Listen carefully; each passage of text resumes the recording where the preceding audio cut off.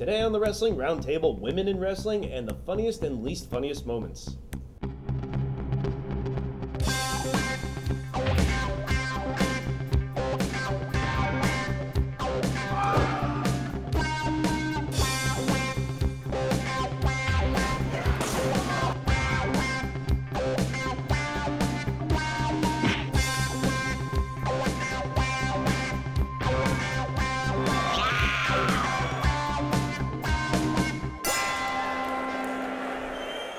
Welcome to a very special edition of the Wrestling Roundtable. Joining us is ROH and Shimmer women's wrestler Daizee Haze. And while we're at it, introductions around the board. Sitting to my right, which is your left, is Lawrence Haber, fan of over 20 years, composer, musician. And sitting to my left, which is your right, is Brett Simonello, a fan of 22 years. I'm your host, Eric Santamaria. And before we get into our discussion of women in wrestling, some business first, of course, you want to join us on WrestlingRoundtable.com, where you can get this great Wrestling Roundtable t-shirt and sign up for the message board. And we've got lots of options for you, columns to read, send in your email and your questions, like for the Q&A. Make sure to include your first name and location when you send in our questions. But we want to ask some questions of you, our first woman wrestler on the show, about women's wrestling in general. About this time last year, we did a show on prejudice in wrestling, specifically racial stereotypes, black wrestlers, Mexican wrestlers, and what they have to go through. And over the course of the first season, we also did cruiserweight and later heavyweight wrestlers, some of the stereotypes they have to face and some of the challenges they have. But of all the groups in wrestling, aside from midgets, what about women? Do women have it the hardest? Midgets have it the hardest because I don't think there's any way that people can look at it seriously, not that being mean, but aside from midgets, yeah, I think women have it the hardest. It's hard to be taken seriously from an athletic standpoint when you have these big, strong guys out there. They have to move beyond like the TNA stereotype, which is so hard to look past. Is it the fans or the promoters? Who has the hardest time getting it through their head that women could possibly be more than this? I think it's a vicious circle. Yeah, it's both. Yeah. It's everybody. They book the women and like the that. girls. They give them one name. It's Lita, and it's Mickey and Tiffany and Michelle, and every other female name has been a wrestler. Imagine if they did that with the male wrestlers. It'd be ridiculous. Yeah, it's Randy. The fans don't help either, you know, when you do get a good wrestling match and they seem bored and all they do is shout, show your tits, stupid shit like that, so they don't help either. Is that a product of wrestling being wrestling? And by that I mean, by its very nature, it is male-dominated. It is going to be a male-dominated fan base, but we've also seen recently in the past couple years amateur wrestling, high school wrestling. Girls have been starting to wrestle guys, and women's MMA is starting to come up. Gina Carano is a huge name and was one of the biggest draws for Elite XC last year. Yet, women seem to go up and down in these different sort of cycles. What could women do in wrestling to maybe break that cycle or stay consistent? The women have to portray themselves as being serious. Gina Carano isn't out there frolicking around and half covered up. She's taken as a serious athlete because when you see her, she's training to get the perception that she is an athlete and stuff. So I think it's the women's responsibility as well to show themselves as the way they want to be perceived. You can definitely tell which women on the shows feel like they have it and which of all the ones are thrown out there dancing around, like you said, waiting for the tag. They'll come in, they'll do one little drop kick that Finley just taught them, they'll get out, and then they'll let Beth and, you know, Mickey fight and do it out. They give off that aura that I am good, I can get in the ring, and you're going to root for me because I know I can do it. But it's hard to get past have a serious women's championship match right after the bra and panties match. Imagine if they had like a Chippendales match and then the next match was for the world title. That would be so great. Sable, is she the one that really started this? Because she wasn't a wrestler. Sable was taken as a valet, and even though she was somewhat athletic, was kind of pushed into that role that's become the standard since, that the woman is this glamored up, somewhat vaguely athletic broad who does Playboy. Well, her first big moment, or her first really big moment, was WrestleMania when she teamed with Maro to fight Golda, and that was a wrestling match, so maybe you can't really put it all on her, but she was the first to do the Playboy deal and start that whole thing of like, she's not wearing anything tonight, they put a potato bag over her. Just because she was the first, it's like, wow, far from the best. We're digressing here culturally a little bit. Well, you mentioned a mixed tag match. That brings up the question, should women ever wrestle men? It all depends on the situation. I think everything in wrestling that we've tried establishing on the show is conditional. There may be some rules, but they can be stretched. There are people who believe like Rey Mysterio should never win the world title because it's not realistic. But then again, in wrestling, it should be realistic because anything's possible. So isn't someone like China, didn't she kind of break through that wall? China, I think, yeah. She China was against such like a monster that it was believable in a sense. China's a great example, I think, because when she was thrust into that spotlight, she may not have been the greatest worker in the world, Right. certainly not, but she had presence, she had look, she had a character, and when she was put in that situation, I don't remember a lot of people backlashing against the fact that she's beating guys or even wrestling guys. It's how they write. It's a storyline. It's a show. They can make it whatever they want to be. If you have the right personalities, you can make what you want to be. She had like the sex appeal, and then she had Sex appeal, not 97. Well, it took a couple of surgeries, and she certainly broke through a wall, and because they made her dominant. And they could have done that with anybody else. They chose to. They had the right person, not because they can take any woman and make them a star. It's like the guy wrestlers. Randy Orton versus whoever else on the roster is in the position he's in. But if someone with more talent, maybe like Daizee was saying, somebody who can make the most of it, had it, then they would be like a superstar. And I don't think that women are given that chance. Well, even when they brought China back to WrestleMania to actually fight Ivory for the women's title, Ivory's a good female wrestler in everybody's minds, and she just destroyed it. It wasn't fair to even put China in the women's division anymore. At least, that's how it felt from the fans' point of view.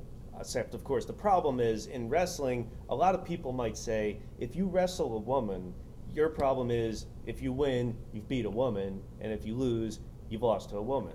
And I think that it's perpetuated a lot when they keep categorizing everybody, when people are superstars and divas.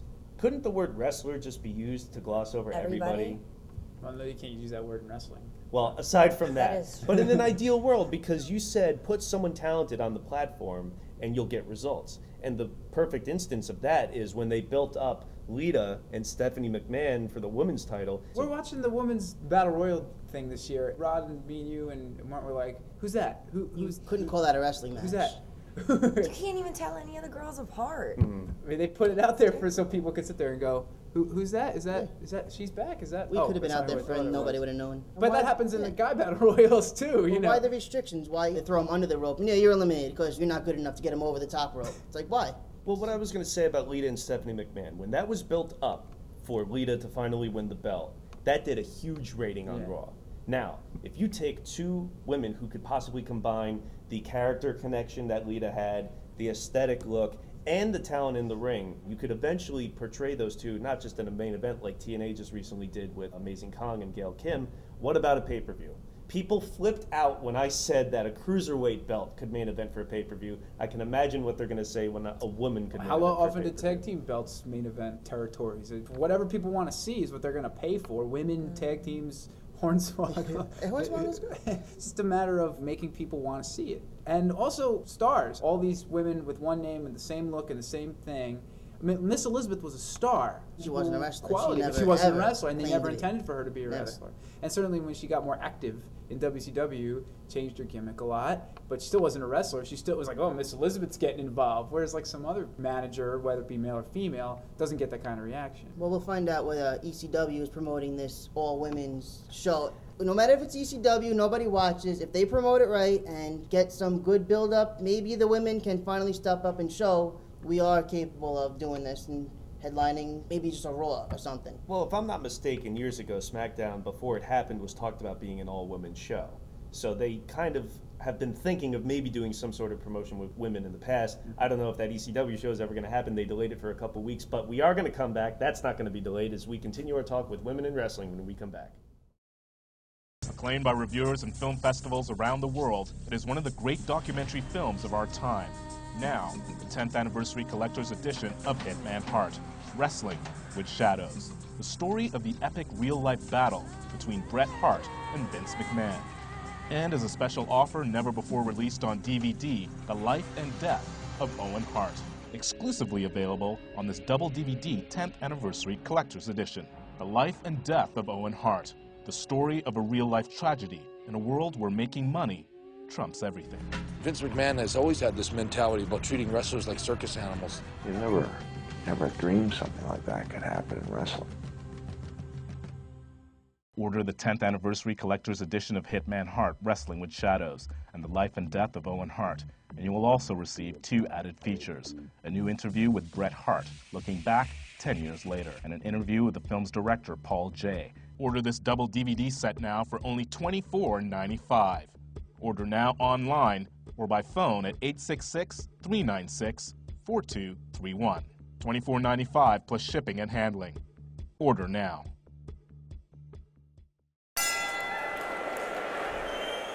Welcome back to the Wrestling Roundtable. Joining us once again, of course, is the ROH and Shimmer women's athlete, Daizee Haze. And joining the panel to my right, which is your left, Rodney LeConte. And to my left, which is your right, Chris Harris. The question I want to pose first in this segment is, historically, when you think of women's wrestling, some people think of mud and jello wrestling and that sort of silly stuff. Others might think of Fabulous Moolah because she's the only one that has really survived women's wrestling intact. And there is a history of women's wrestling that a lot of people don't know. Names like Mildred Burke and Penny Banner. People are not going to know what I'm talking about. History isn't learned in general. Women wrestling is probably at the bottom of that list. It's really bad. So, does women's wrestling, its standing throughout history, the way it's portrayed, does that reflect society in any way? I don't think so. If you look back at like Fabulous Moolah in that times, it was taken more seriously. But you get to the 90s, you get to the 90s, and it looks like our civilization is tearing each other apart with these women. But for Fabulous Moolah's day, wasn't it always that's the specialty besides the wrestling bear and the midget match? It's always they're thrown in with that sort of lot, aren't they? It definitely affects society, especially nowadays. The men run the promotions and everything. They see women as the eye candy. When you have two women wrestling, right, here are the eye candy. Tori Wilson and Stacy Keibler, bra and panties match. We want the hottest women on here doing whatever they can to get as naked as possible for them not to get sued. But what about TNA? TNA is actually run by a woman, and they put on decent women's matches. They also got silly stuff like ODB going on dates instead of, like Jim Ross mentioned, oh, we have the most beautiful athletes in the world. Emphasizing the looks. Exactly. They should take good wrestlers and make them beautiful instead of doing the reverse of taking beautiful women trying to turn them to athletes. I definitely agree with that last statement. They take bikini models and try to turn them into an athlete where there are tons of women that have extreme amounts of talent that could be easily, made up and look beautiful as well, but they have that core talent, a real athlete and wrestler. WWE basically has two groups. You have the women's and you have the divas. That's the only way you can break it down over there. There's only a Just that few name, women's wrestlers, though. Like, it's like and, 90%. And you mentioned divas. TNA, but TNA, they call them knockouts. Does that portray women any better? I mean, I think that definitely reflects society. I mean, would we go to Hooters if it was called penises and had a bunch of guys walking around? Don't ask that question, Rodney. But you said TNA is run by a woman. Mm-hmm. Stephanie McMahon is pretty much the head person in charge at WWE, and it hasn't gotten much better either. True. But you did mention how it seems in the past few years, to a lesser extent now that they're trying to be PG, they were emphasizing the diva search and getting all these made-up people to come in instead of the real wrestlers. The women's version of the mandate that all the guys have to be 6 foot whatever and jacked and tanned and all these other promotions, even TNA, are trying to be WWE. Following the same suit. Right. So doesn't it start from the top down with them? They may have a handful of women's wrestlers who can actually go, but they don't make the cover of the magazines compared to the made-up ones. No, and they aren't given the time in matches to show what they can do either. Mm-hmm. They'd rather have Maurice out there. I talked to a women's wrestler in WWE who shall remain nameless about talking to one of the agents. Why can't I do this? Why can't I do that? And he said, you know the answer. I can't let you do that from the orders at the top.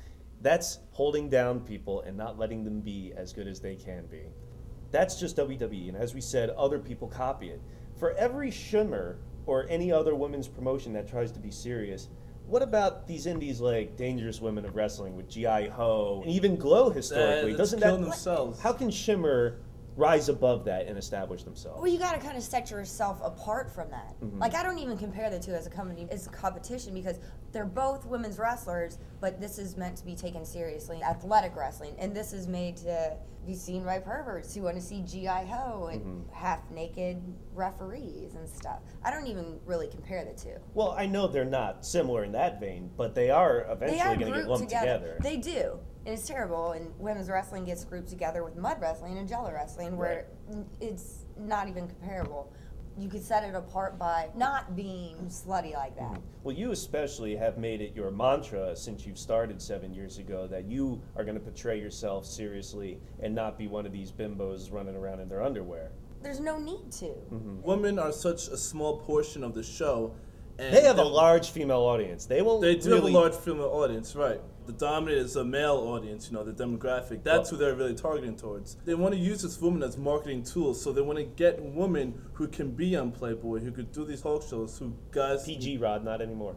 Oh, right. They still want to do these bikini things, and just from this past WrestleMania alone just shows how little they think of these women wrestlers. They didn't even get name graphics or entrances. They didn't get name graphics. It really just looked like a bunch of girls that took from the beach and put in the ring and had a match. The whole women's division, the entire women's division, was used as a joke for Santino. Yeah, which was sad. But we were talking about some women's wrestlers who are dignified, who portray themselves seriously. And that brings to mind, who are some of your favorite women's wrestlers? What about you, Daisy? My absolute favorite is Matt Sydal, but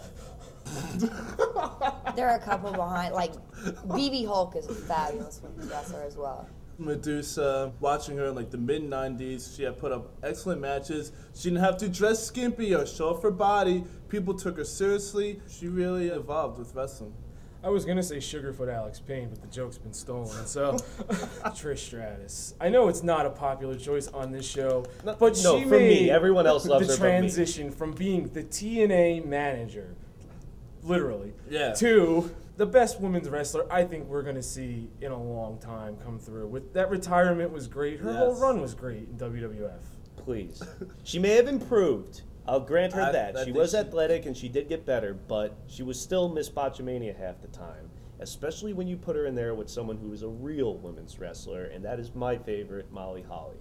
Molly Holly is the standard to me. She was a lot better than half the roster of the males they had at that time. She was the real women's wrestler to me, and they did have a handful. Even now, Beth Phoenix was one of my favorite people to watch on pay-per-view last year. And Victoria, who just retired, I'm waiting for that Gina Carano fight, Strikeforce, make it happen. Victoria was really good. Molly Holly was somebody who really, really influenced me, not only with her wrestling, but also by the way she kept herself portrayed as an athlete. And she never really did any of like the skimpy bikini stuff. And she got made fun of for it. Yeah, and she made the best out of it, took it as a joke, wore granny panties to keep herself covered up, and she was really, really smart. What about someone maybe you've wrestled with? Was someone that you've wrestled with made a real impression on you? That person was really good. You've been all over the world. Was there anybody who really stuck out in your mind? Sarah Del Rey is phenomenal to me. She's kicked you hard a lot of times over the past few years. What about women's matches? Was there a women's match that really stood out to you? Beth Phoenix and Melina from the One Night Stand last year. Yeah, really good portrayal of that woman can actually trade holds, can be athletes without having these like silly hair pulling matches. From top to bottom, it was a really excellent show of skills by both of them. Trish versus Mickey from WrestleMania 22. I got to see live at New Year's Revolution that year, the first match in the series, and the crowd was so behind Trish. Everybody just wanted her to kill Mickey. And 2 months later, they just flipped the crowd completely. Everybody couldn't wait to see Mickey win the belt, and it was really impressive. They were really hot for her. That match in particular, if they had known how over and emotionally connected they had gotten the fans into that storyline, I know Triple H has to have his spot at the top, but that match could have at least gone way up in the card if they had known they had gotten that much people into it that badly. Why couldn't you put that match in between the two men's title matches? Yeah, with that angle, you have someone who's infatuated with a hot girl, and they get turned down. I know I'm not the only one who's ever been in that position. One of the most recent women's matches that I think was really good was Amazing Kong versus Gail Kim. Because I'm a small person, I liked it because it showed a little person going against somebody big, and it was just real athletic and very competitive for the size difference, and I thought it was a good display of women athletes and athleticism. That was one of the better ones that women's wrestling together has had in the past couple of years. TNA, for a brief period of time there, really started emphasizing the knockouts. And in a way, they really did, and it was Gail Kim, really. Okay, well, Amazing Kong was one of the hottest things that they came up with in a while. But the whole development of the women's division, why they started emphasizing the women, I think, was to accommodate Gail Kim. And then you bring in Amazing Kong, which adds a whole different element of a huge giant, which is awesome. She's a great character. And they started to do a lot of good women's stuff For a while. And then I don't really know what happened, but it just kind of fizzled out and got lame. It did give us a brief preview of some of the unfulfilled potential that a lot of these women have shown. Yeah, it did. And Amazing Kong, to me, was one of the most unique and great characters that have come along on American TV in a long time. I would have loved to have seen that match against Angle that he wanted to have. We didn't mention Joshi at all, and I wanted to mention Joshi at least because Joshi is women's wrestling in Japan, for those of you who don't know. And Ayoko Hamada, who just signed with TNA, she's a really good wrestler, so hopefully maybe she could bring some new life into the Knockouts division as well. But Megumi Kudo from FMW is one of my favorites, and the exploding barbed wire match she had against Combat Toyota, these girls did not fuck around. They are dropping each other on their necks, they're going into barbed wire, and it was something a lot different than you'll ever see in American women's wrestling, I think. Absolutely. And I think a lot of it is the Japanese work ethic. Everything that they do revolves around their work. And they put everything they have into it. I think it sets it apart from American wrestling. There's so much heart and soul put into every little thing that they do in wrestling. Japanese wrestling, you know, especially with the women, they concentrate more on the sport than the entertainment, and I think you really see the difference. Absolutely. And I think that's with all Japanese wrestling. They put them up against the American wrestler and makes the American wrestler step up their game too. Absolutely. Well, one thing I want to concentrate on is Daizee Haze, and I want to thank you very much for joining us on the panel. It was great having you, and I want to remind all of you that Daizee will be appearing at the Shimmer tapings on May 2nd and 3rd coming up, and you can find out more by going to ROHWrestling.com. But we are going to move on to some of the funniest and least funniest moments of wrestling when we come back. More Wrestling Roundtable. Alundra Blaze and Bull Nakano from SummerSlam '94. Sorry. Holy fucking shit.